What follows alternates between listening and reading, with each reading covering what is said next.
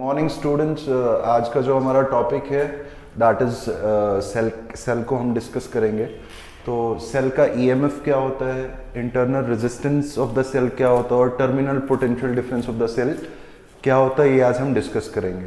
तो सबसे पहले एक सेल बना लेते हैं।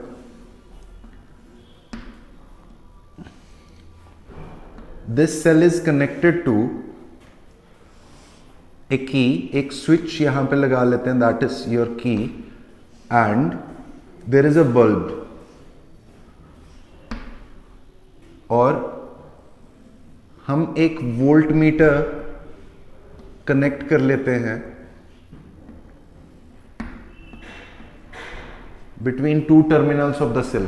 This terminal is positive terminal and this one is negative terminal of the cell.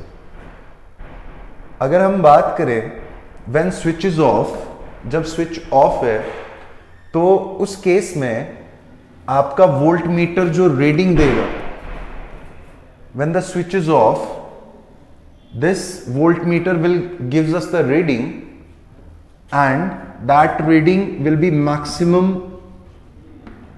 potential difference, maximum potential difference। इसका मतलब ये है no current is drawn from the cell, cell से हमने कोई भी करंट ड्रॉ नहीं कराई है because your switch is off, and this maximum potential difference when no current is drawn from the cell, जब हम सेल से कोई भी करंट ड्रॉ ना कराए, it is known as EMF, that is electromotive force। तो EMF क्या होगा आपका? Electromotive force. इलेक्ट्रोमोटिव फोर्स भी पोटेंशियल डिफरेंस होता है, लेकिन मैक्सिमम पोटेंशियल डिफरेंस होता है when no current is drawn from the cell. Okay, so अब अगर हम बात करें when we switch on the key के, हमने इस की को स्विच ऑन किया, current starts flowing through the circuit from positive terminal of the battery to negative, और ये जो आपका बल्ब है इट स्टार्ट्स ग्लोइंग, ये ग्लो करने शुरू कर देगा। Suppose I current is drawn from the cell.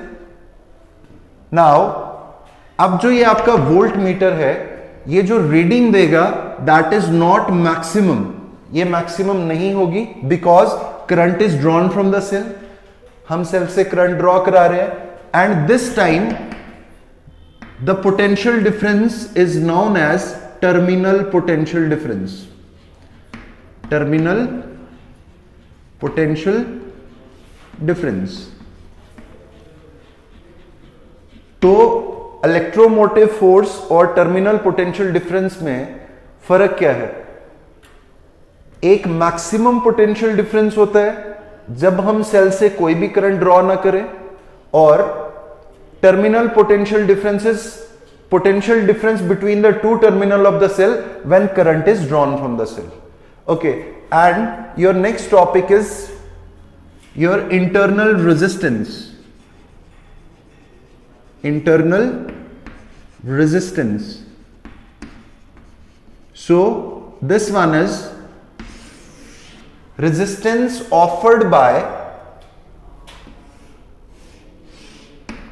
ये आपके दो रॉड्स हैं which are known as electrodes,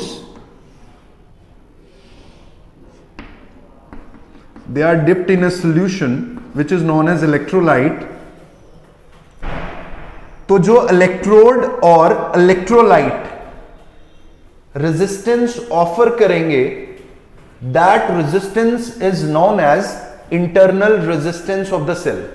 the resistance offered by the electrodes and the electrolyte of the cell is known as internal resistance, and it is denoted by, इसको small r से denote करेंगे। your resistance जो हमने पढ़ा था conductor का, that was denoted by capital R, and internal resistance of the cell is denoted by small r, and this resistance depends upon, ये किस पे डिपेंड करेगा? सो डिस्टेंस, ये दो आपकी प्लेट्स हैं जो इलेक्ट्रोड्स हैं, इन दो का डिस्टेंस इस पे डिपेंड करेगा. Firstly distance between the plates,